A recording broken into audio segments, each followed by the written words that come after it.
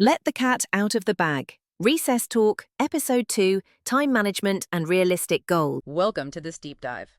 Many of us, especially parents, we wrestle with this, don't we? How do you ensure academic progress for your primary schooler without, sacrificing their childhood?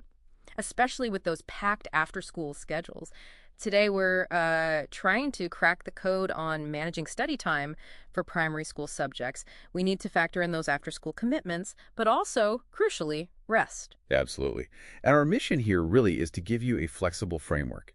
It's definitely not a rigid rule book because, let's face it, realistic time allocation, it really depends heavily on individual strengths, weaknesses, even the daily homework load. Right. So we're pulling some clear, actionable insights directly from 1-2 tuition educators. The goal is to help you become, truly well-informed on this vital topic. Okay, let's unpack this then, this blueprint for success. Where do we even begin when trying to map out a primary schooler's day? Well, we begin with what our sources are calling the free day blueprint. So just picture a typical day, no extra tuition, no competitive sports training. School usually finishes around, say, 2 p.m. Then after travel, changing, grabbing a quick lunch, there's this really crucial 1-hour nap period, maybe 3 p.m. to 4 p.m. A nap, interesting. Yes, and our sources, they really emphasize this. It isn't just downtime. They actually describe it as excellent for mental refresh. They even cite some research suggesting that kids who get this midday rest, they show significant improvement in memory consolidation. Wow. And importantly, less cognitive fatigue later when they study. It's powerful, often overlooked, actually. That nap sounds like a non-negotiable then. So after that vital hour of reset, how much dedicated study time does that leave us, and how do we best allocate it? Right, so that sets you up with roughly 3.5 hours for dedicated study in the afternoon and evening. 3.5 hours, okay. Yeah, and here's what it gets really interesting, thinking about a balanced allocation. Our sources suggest something like English, maybe 45 minutes, mathematics, perhaps 50 minutes an hour, mother tongue, or whatever your native or second language might be, another 45 minutes.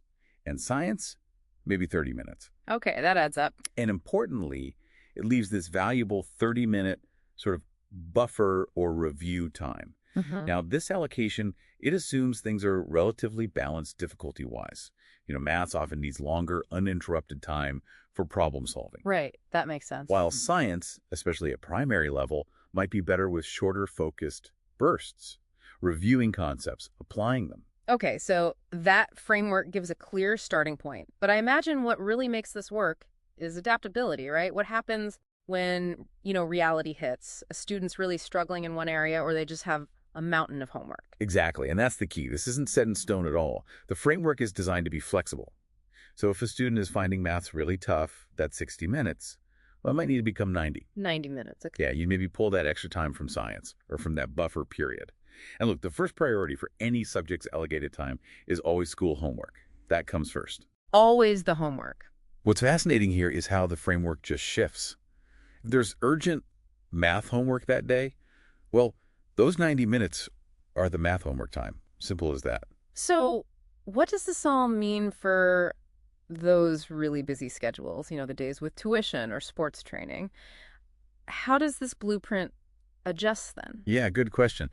On those days, the available free study time, it's obviously going to be much less, sometimes just an hour, maybe 2. Right. So on those days, the focus shifts completely. It becomes about getting urgent homework done, and this is critical, immediately reviewing the concepts taught in tuition that day. Immediately after. Why is that so important? Well, it's not just good practice. It actually leverages a learning principle called spaced repetition.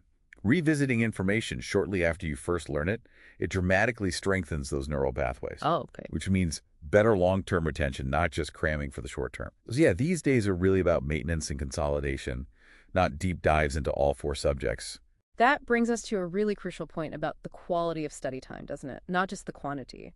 It raises an important question.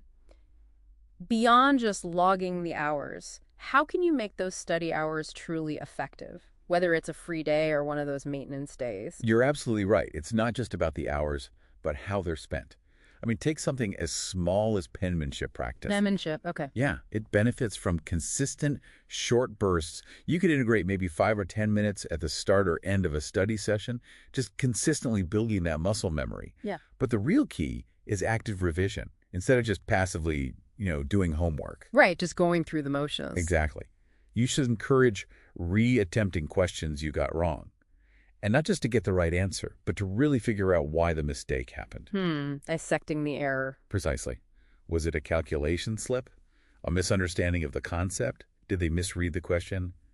That analysis is gold. And what other active revision techniques really help maximize that limited study time? Well, for something like science, instead of just rereading notes, maybe try creating a mind map or some flashcards from memory first. Then check against the notes for accuracy. Okay, testing yourself. Yes. Or, for any subject, review the concepts related to mistakes you made. Create short summary notes for tricky topics. This process, it's often called active recall. It forces your brain to retrieve the information, which really strengthens the memory. Makes sense. And if we connect this to the bigger picture, this kind of active revision, it makes study time genuinely much more effective. And maybe surprisingly, it ultimately allows you more time to play because you're working smarter, not just longer. So it seems pretty clear then that good habit for revision is really what makes the study time count. It's about how those precious hours are spent. And that flexibility, adapting to the child's needs and the day's schedule, that's absolutely paramount, isn't it? It really is. Remember, knowledge is most valuable when it's truly understood and can be applied, not just memorized for a test. So, thinking about all this, what stands out to you? How could this structured but still really adaptable approach transform your learning journey, or maybe someone else's you know? Lots to think about there. Keep diving deep into what makes you well-informed. Thank you for listening.